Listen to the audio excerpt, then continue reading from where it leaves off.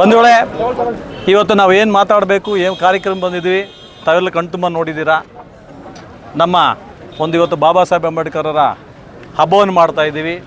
ಅದೇ ರೀತಿಯಾಗಿ ಕೂಲಂಕುಷಿಗೆ ನಮ್ಮ ನಾಣಸ್ವಾಮಿ, ನನ್ನ ಸೋದರರಾದಂಥ ನಾಣಸ್ವಾಮಿ ಭಾಳಷ್ಟು ಚೆನ್ನಾಗಿ ಮಾತಾಡಿದ್ರು, ವಿಷಯವನ್ನೆಲ್ಲ ತಿಳಿಸಿದ್ದಾರೆ ಗೋಪಿ ಅವರು. ಇದೇ ರೀತಿಯಾಗಿ ಪ್ರತಿಯೊಬ್ಬರ ಮನದಲ್ಲೂ ಪ್ರತಿಯೊಬ್ಬ ಜನಾಂಗದಲ್ಲೂ ಕೂಡ ಈ ಧರ್ಮ, ಜಾತಿ, ಮತ ಅನ್ನೋದು ಹೋಗಬೇಕು ಅನ್ನೋದೇ ಬಾಬಾ ಸಾಹೇಬ್ರ ಉದ್ದೇಶ. ಒಂದನೇದಂದರೆ ಈ ಶೋಷಣೆಗಳಿಗೆ ಒಳಗಾಗಿರ್ತಕ್ಕಂಥದ್ದು ವಿರುದ್ಧವಾಗಿ ಹೋರಾಟ ಮಾಡಿದಂಥ ಬಾಬಾ ಸಾಹೇಬ್ ಅಂಬೇಡ್ಕರ್ ಅವರು ಈ ದೇಶದಲ್ಲಿ ನಾವಾಗಲೂ ಜೀವಂತವಾಗಿದ್ದಾರೆ.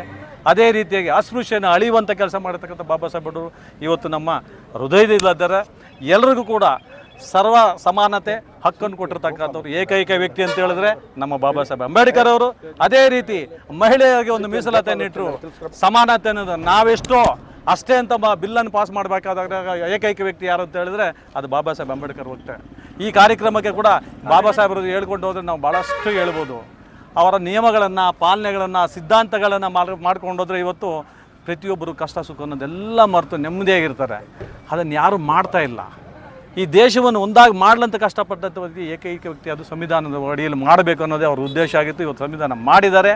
ಅದೇ ರೀತಿಯಾಗಿ ಭಾಳಷ್ಟು 90% ಭಾಗ ನಡ್ಕೊತದೆ. ಇನ್ನೊಂದು 10%ಅಲ್ಲೂ ಹೆಚ್ಚು ಕಡಿಮೆ ಇದೆ. ಆ 10% ಕೂಡ ಆಗಿಬಿಟ್ರೆ ಬಾಬಾ ಸಾಹೇಬ್ರ ಆತ್ಮಕ್ಕೆ ಭಾಳಷ್ಟು ಶಾಂತಿ ಸಿಗುತ್ತೆ, ಅವರ ಒಂದು ಆಸೆ ಈಡೇರುತ್ತೆ.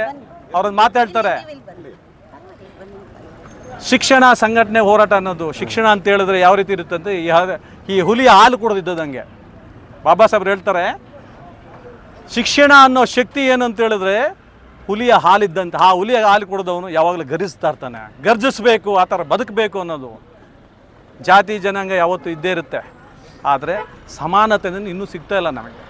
ಅದನ್ನು ನಡೆಸುವಂಥ ವ್ಯಕ್ತಿಗಳು ಇವತ್ತು ಪ್ರತಿಯೊಬ್ಬ ಜನಾಂಗದಲ್ಲೂ ಬೆಳೀತಾ ಇದ್ದಾರೆ. ಅದೇ ರೀತಿಯಾಗಿ ಇವತ್ತು ನಮ್ಮ ಈ ಒಂದು ಕಾರ್ಯಕ್ರಮಕ್ಕೆ ಭಾಳಷ್ಟು ನಾಯಕರು, ನಮ್ಮ ರಾಮಲಿಂಗಣ್ಣವರು, ಬ್ಲಾಕ್ ಕಾಂಗ್ರೆಸ್ ಅಧ್ಯಕ್ಷ ಅಂತ ನಮ್ಮ ಆದಿನಾಡಣ್ಣು, ವೆಂಕಟೇಶ್ ಗೌಡರು, ಗೋಪಾಲಣ್ಣವರು, ಅಮಾನುಲ್ಲವರು ಬ್ಲಾಕ್ ಕಾಂಗ್ರೆಸ್ ಅಧ್ಯಕ್ಷ ಅಂತವರು, ಮತ್ತಿನ್ನು ನಮ್ಮ ಭಾಗದ ಆಯ್ನ ರೆಡ್ಡಿ ಅವರು, ಅಯ್ಯಪ್ಪ ಅವರಾಗಿರ್ಬೋದು, ಪಳನಿಯವರಾಗಿರ್ಬೋದು, ರಂಗಣ್ಣವರಾಗಿರ್ಬೋದು, ಸತ್ಯಣ್ಣ ಆಗಿರ್ಬೋದು, ನಾಗರಾಜ್ ಅವರು, ರವಿ ಇರೋದು, ನಮ್ಮ ತೋಟದಲ್ಲಿ ಎಲ್ಲ ನಾಯಕರು ಕೂಡ ಇವತ್ತು ಸತೀಶು ಎಲ್ಲರೂ ಕೂಡ ಇದು ಬಂದಿದ್ದಾರೆ.